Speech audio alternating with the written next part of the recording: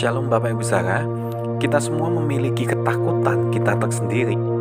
Takut terhadap masa depan, takut kematian, takut kemiskinan, takut ditolak, takut ditinggal, takut dikecewakan, takut gagal, dan banyak lagi ketakutan yang lain. Nah, Tuhan tidak menginginkan kita hidup dalam ketakutan karena beberapa alasan. Kita bisa belajar dari Elia yang mengalami ketakutan saat Isabel mau membunuh Elia.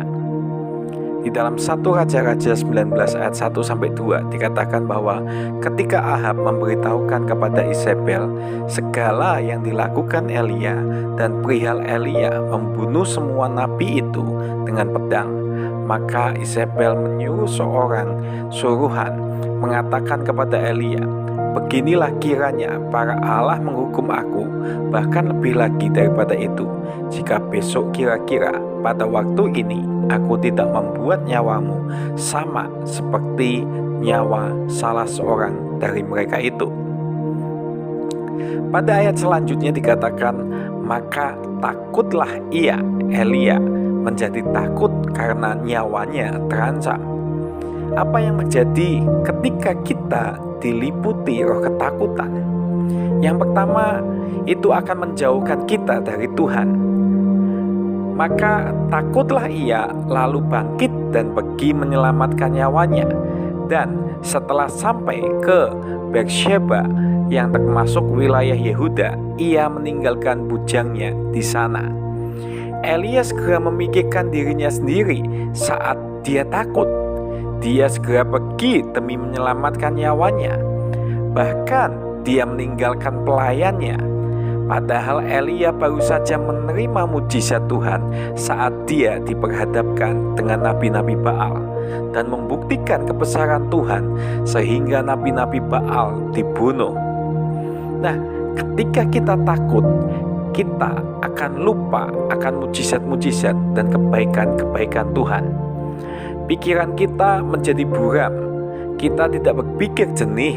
Kita lebih mengandalkan diri kita sendiri daripada mengikuti jalan Tuhan. Kita mengikuti jalan kita sendiri.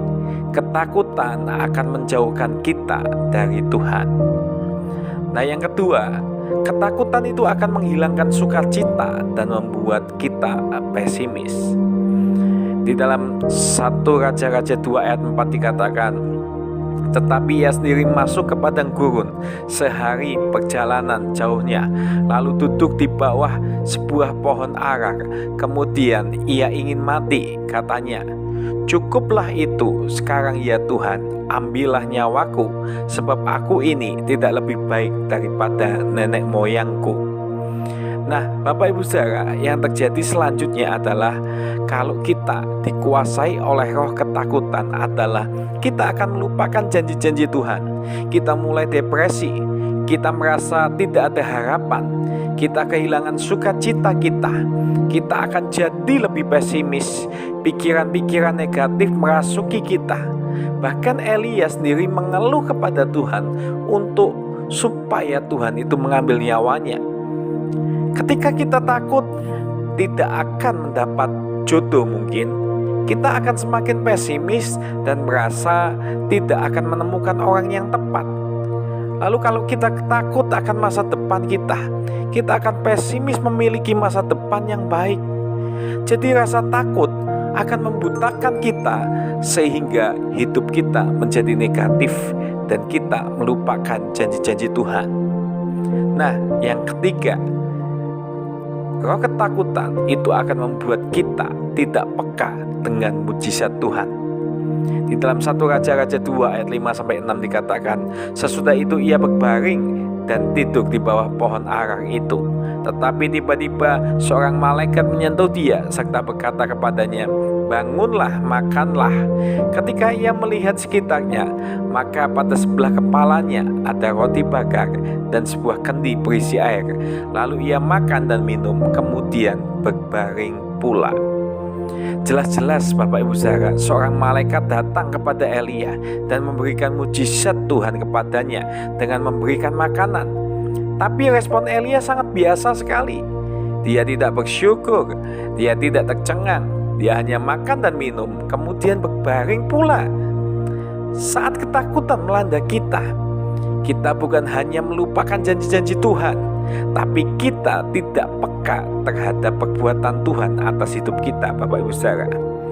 Kita tidak bisa melihat mujizat yang terjadi di depan kita. Hal-hal yang baik yang terjadi dalam hidup kita kesampingkan, dan kita lebih memandang kepada ketakutan kita. Itulah 3 hal yang terjadi ketika ketakutan itu menguasai kita. Tentunya kita tidak mau semua itu terjadi dalam hidup kita. Kita tidak mau menjauh dari Tuhan. Kita mau bersuka cita dan tetap positif dalam hidup, sehingga kita bisa menerima janji-janji Tuhan. Kita mau melihat keajaiban dan mujizat Tuhan terjadi terus-menerus dalam hidup kita. Nah, oleh karena itu kita harus mengalahkan ketakutan kita. Lalu bagaimana caranya? Nah, Bapak Ibu Saudara, kita mau lihat kepada Yesus. Di saat dia menghadapi ketakutan terbesarnya, saat akan disiksa dan disalib, Yesus berdoa. Dia sungguh-sungguh berdoa. Dia menceritakan keluh kesahnya. Dia menunjukkan ketakutannya. Nah, ketika kita merasa takut, berdoalah. Jika kita bisa berdoa sebanyak atau sesering kita merasa takut, hidup kita akan lebih damai, dan kita tahu ada Tuhan yang akan memelihara hidup kita. Dan tidak pernah Tuhan itu sesekali membiarkan hidup kita, Bapak Ibu Saudara. Saat ini untuk Anda yang takut, saya akan berdoa. Bapak berdoa Tuhan untuk setiap para pendengar ya Bapak saat ini yang merasa ketakutan di dalam hidup mereka ya Bapak. Hamba-Mu percaya Tuhan akan memberikan damai sejahtera, sukacita ya Bapak.